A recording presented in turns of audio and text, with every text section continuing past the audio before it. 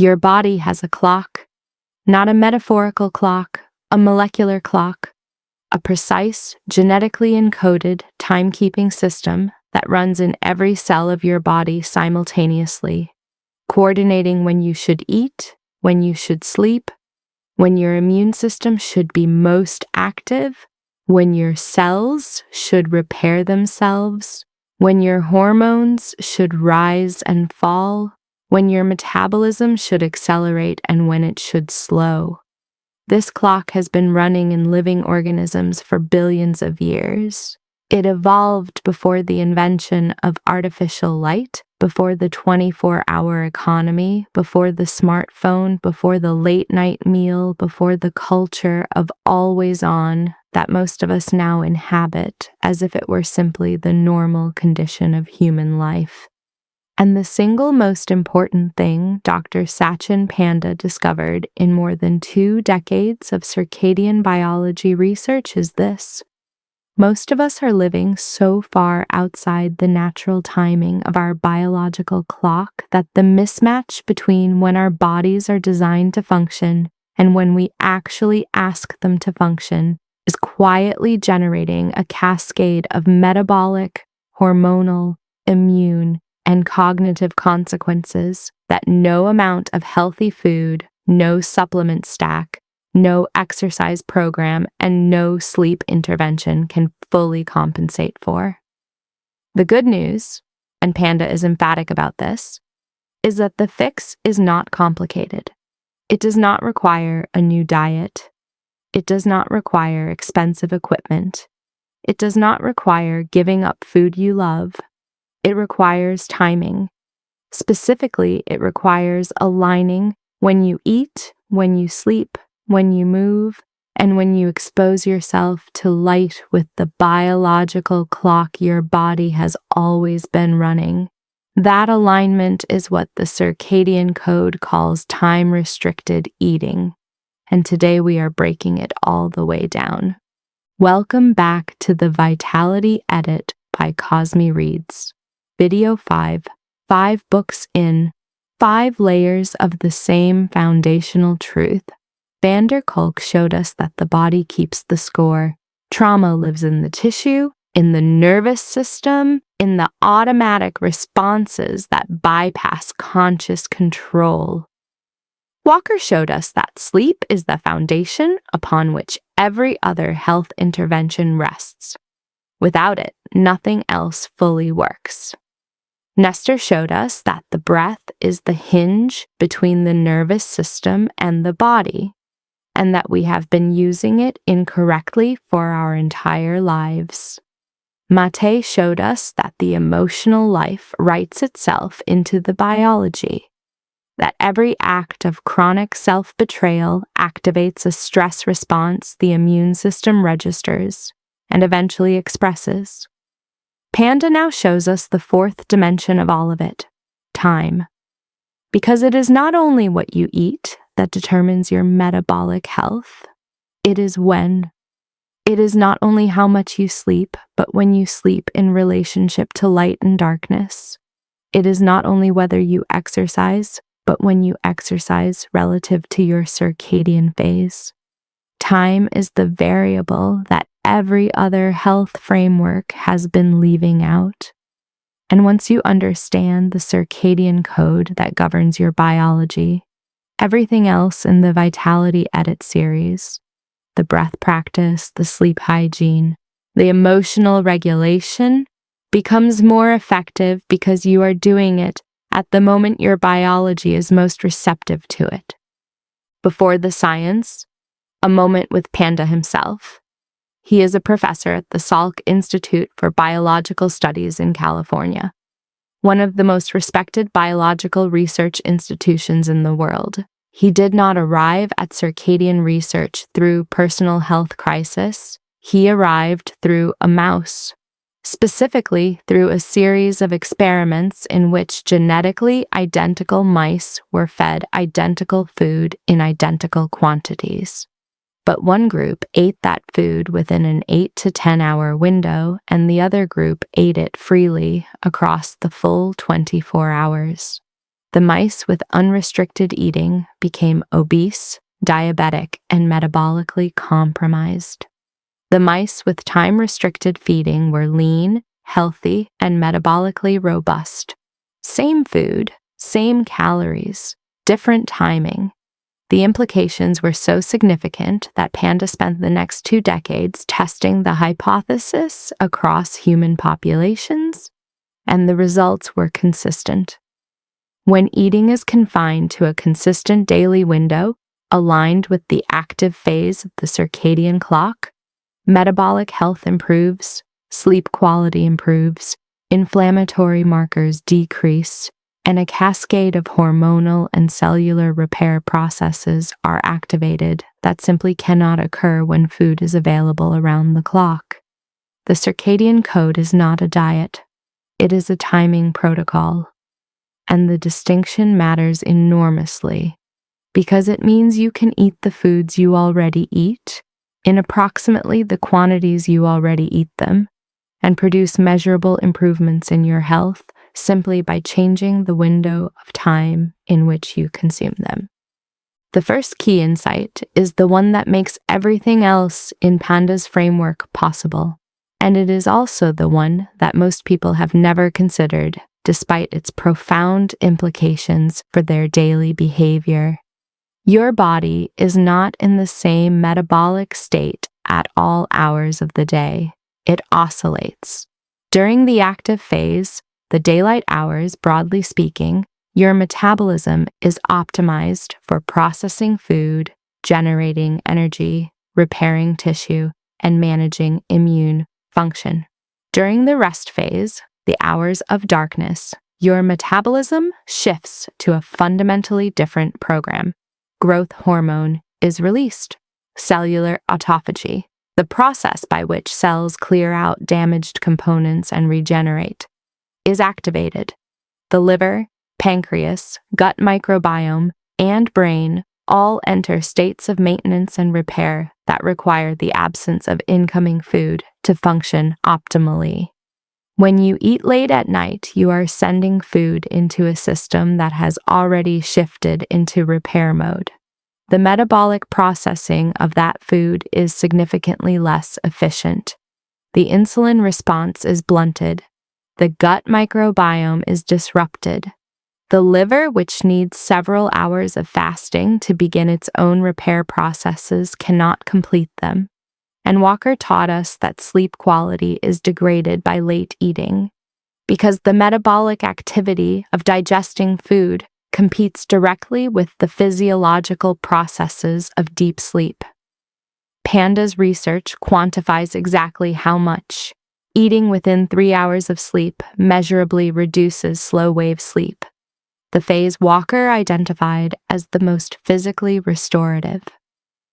Oliver was a 44-year-old finance manager who prided himself on eating well. Predominantly whole foods, minimal processed sugar, moderate alcohol. He had been carrying an extra 12 kilograms for 7 years that would not shift regardless of dietary changes. His sleep was poor.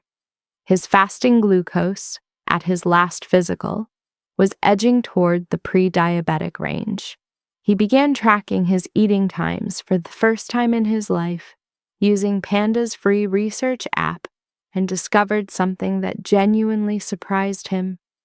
His daily eating window was 14 hours. He had coffee at 6:30 in the morning, and his last snack, a handful of nuts and a glass of wine, was at 8:30 in the evening. He was eating across 14 hours of every 24 and leaving his body only 10 hours of fasting. He narrowed his window to 10 hours. First coffee at 7, last food by 5. No other dietary changes. Within 8 weeks, his fasting glucose had normalized. Within 12 weeks, he had lost 6 of the 12 kilograms without reducing his food intake. His sleep, without any sleep-specific intervention, had improved measurably. The variable was timing. That was the only variable. The second key insight is the one that most directly challenges the conventional wisdom about breakfast. And Panda's research here is both more nuanced and more practically liberating than the headline version of intermittent fasting that most people have encountered. The optimal eating window is not simply about skipping breakfast or stopping at a certain hour. It is about aligning your eating window with your individual circadian phase. And the most important boundary is the evening one, not the morning one. Panda's data from tens of thousands of participants in his large-scale research app consistently shows the same pattern. The single most impactful change most people can make is moving their last meal earlier in the evening, ideally completing eating at least 2 to 3 hours before sleep. This is the boundary that unlocks the greatest metabolic and sleep benefit. The morning boundary matters, and earlier is generally better, but it is far less critical than the evening closure. Why does this matter for how you implement the protocol? Because it means you do not have to skip your morning coffee, your breakfast, or your first meal to benefit from time-restricted eating. You simply need to close the eating window earlier in the evening. For most people in a standard work and family schedule, this is far more achievable than skipping the first meal of the day. Nestor showed us that nasal breathing at night improves sleep architecture. Panda shows us that eating timing improves it from the metabolic direction. Both changes compound each other. The result of combining them is greater than either intervention alone. Yuki was a 38-year-old physiotherapist who had tried intermittent fasting twice and abandoned it both times because skipping breakfast left her unable to concentrate through her morning patient load. She read Panda's research and understood for the first time that she had been applying the protocol from the wrong end. She did not need to skip breakfast. She needed to stop eating earlier in the evening. She moved her dinner from 8:30 to 6:30 and eliminated her post-dinner snacking entirely. She kept her morning coffee and her standard breakfast unchanged. Her eating window went from 14 hours to 11, entirely by adjusting the evening boundary rather than the morning one. Within 6 weeks, her gastroenterologist noted a significant improvement in the IBS symptoms she had been managing for 4 years.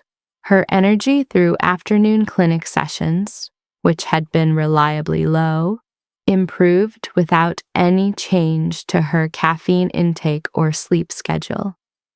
She told me the most valuable thing about Panda's framework was that it did not require her to fight her appetite in the morning. It required her to honor her biology in the evening. The distinction made the protocol sustainable in a way that every previous fasting attempt had not been. The third key insight is the one that extends Panda's framework beyond eating and into the full architecture of the circadian day. And it is the insight that makes the circadian code the most comprehensive lifestyle framework in this series. Light is the master regulator of the circadian clock. Not food, not exercise, not sleep pressure. Light. Specifically, bright light in the morning sets the circadian clock for the entire day, triggering a cascade of hormonal and metabolic events that determine the timing of every subsequent biological process. And artificial light in the evening, the blue spectrum light from phones, tablets, and LED screens, suppresses melatonin production, delays the circadian clock, and systematically shifts the entire biological program later and later into the night. Walker showed us that melatonin is the signal that initiates sleep. Panda shows us the mechanism by which we are suppressing that signal every single evening without understanding the downstream consequences. 30 minutes of bright outdoor light within 1 hour of waking, before artificial light exposure, before screen time, before indoor lighting takes over. is the most powerful circadian anchor available. It sets the clock. It triggers cortisol at the correct phase. It initiates the hormonal cascade that will produce melatonin at the correct time, 14 to 16 hours later. And conversely, 30 minutes of screen elimination before bed, not reduction but elimination, produces a melatonin response that improves sleep onset, sleep depth, and sleep duration without any pharmaceutical intervention. Raphael was a 49-year-old secondary school principal whose circadian rhythm had been systematically dismantled over 15 years of early alarm calls, late administrative work, and the habit of reviewing emails on his phone in bed until 10 or 11 at night. He slept 7 hours by the clock and woke exhausted every day. He understood from Walker that sleep quality mattered more than quantity. He understood from Nestor that nasal breathing during sleep improved architecture. He had implemented both, and the improvement had been real but incomplete. He added Panda's 2 light interventions, 10 minutes of outdoor morning light before any screen exposure, and complete screen elimination from 9:30 in the evening. The result within 3 weeks was a shift in how quickly he fell asleep and how he felt upon waking that he described as qualitatively different from anything the previous interventions had produced alone. He had not added more sleep. He had aligned his light environment with his biological clock, and the clock, finally given the correct signal at the correct time, had begun running at its designed phase rather than the artificially delayed one he had been imposing on it for 15 years. The fourth key insight is the one that makes the circadian code most immediately actionable for anyone who exercises, and the one that generates the most surprise among people who have been exercising consistently for years without understanding the timing dimension. Exercise timing matters, not because doing exercise at the wrong time produces no benefit. It does, but because the metabolic, hormonal, and recovery benefits of the same exercise session are meaningfully different depending on when in the circadian day it occurs. Panda's research identifies that strength training performed in the late afternoon, between approximately 3 and 6 in the evening, produces the greatest gains in muscle protein synthesis, the lowest injury risk, and the fastest recovery. This is when core body temperature is at its daily peak.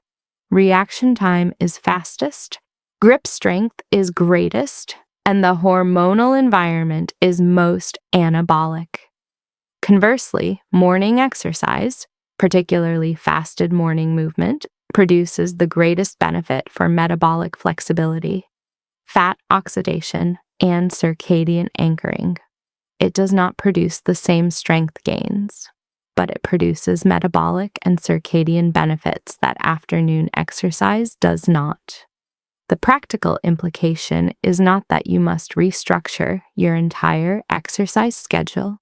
It is that if you have a choice, if you have been exercising at a particular time out of convenience rather than intentional design, understanding the circadian timing of exercise allows you to direct specific types of training to the windows where your biology will respond most strongly. James was a 51-year-old civil engineer who had been running at 6 in the morning for 9 years. He ran 5 days a week, covered significant weekly mileage, and had been frustrated for 3 years by a stubborn plateau in both his race times and his body composition. He was training consistently but not improving. He added one change based on Panda's research. He moved his weekly strength sessions, which he had been doing at 7 in the morning, to 4:30 in the afternoon. He kept his morning runs unchanged. Within 10 weeks, his strength metrics had improved more than in the previous 18 months. His running performance, supported by improved strength, began moving again after the plateau. He had not trained more, he had not changed his diet, he had applied the circadian timing principle to one type of training, and his biology, given the correct hormonal and temperature environment for strength adaptation, had responded as it was always designed to. The fifth key insight is the one that closes Panda's framework and connects the circadian code to the complete vitality edit picture. Consistency of timing matters as much as the timing itself. The circadian clock is not reset once. It is set daily by the consistency of the signals it receives: a variable eating window, a variable sleep schedule, a variable light exposure pattern.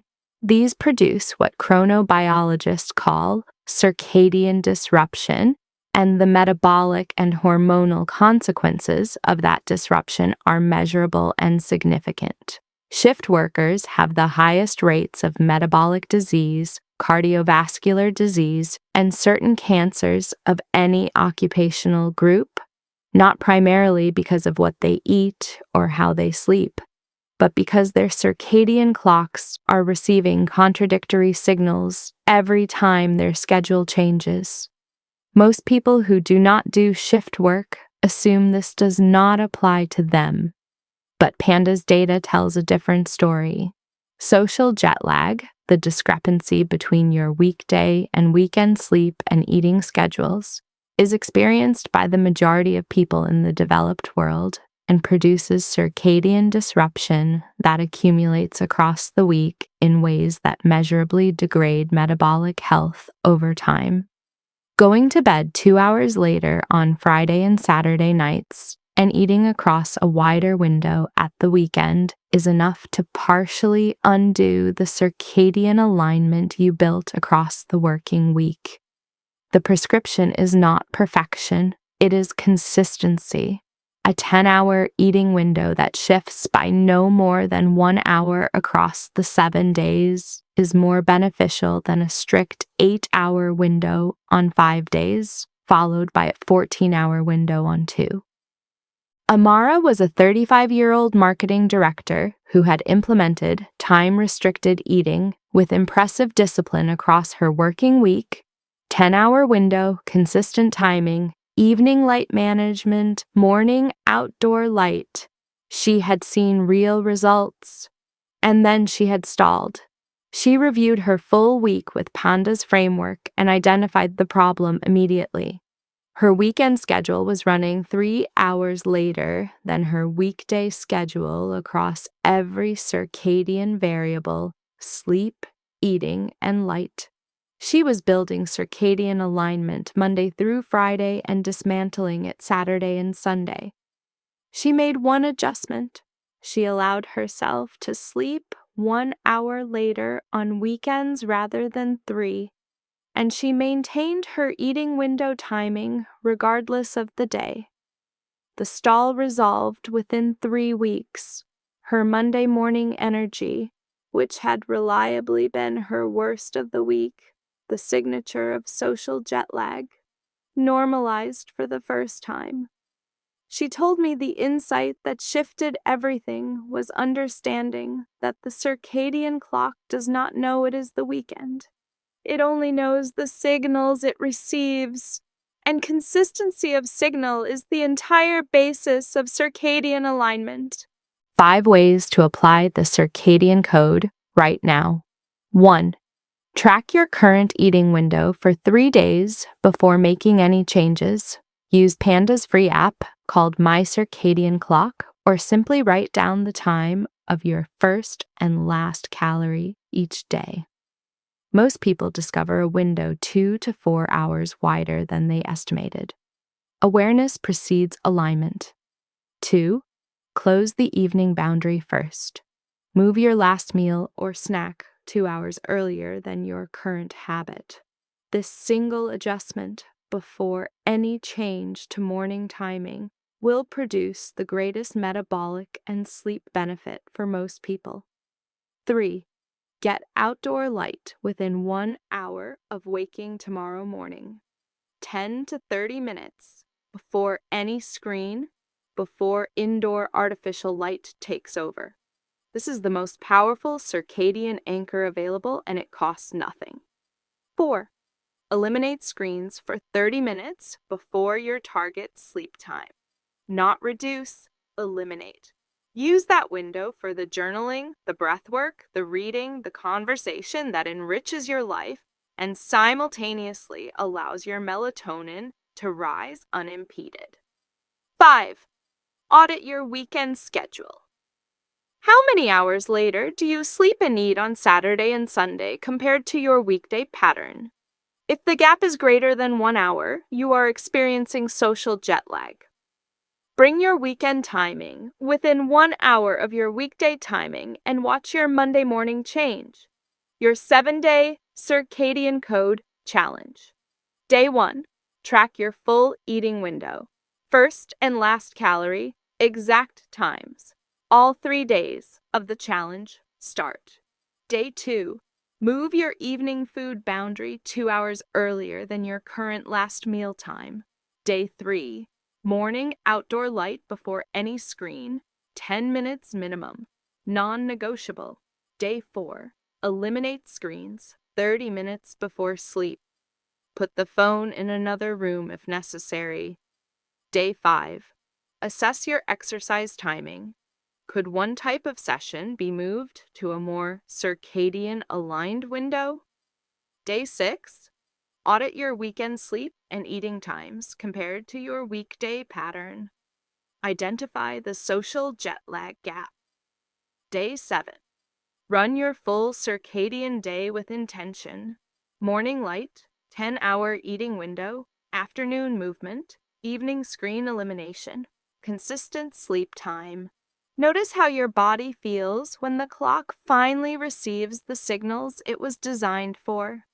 Drop one word in the comments that describes what changes when your biology is finally running on time.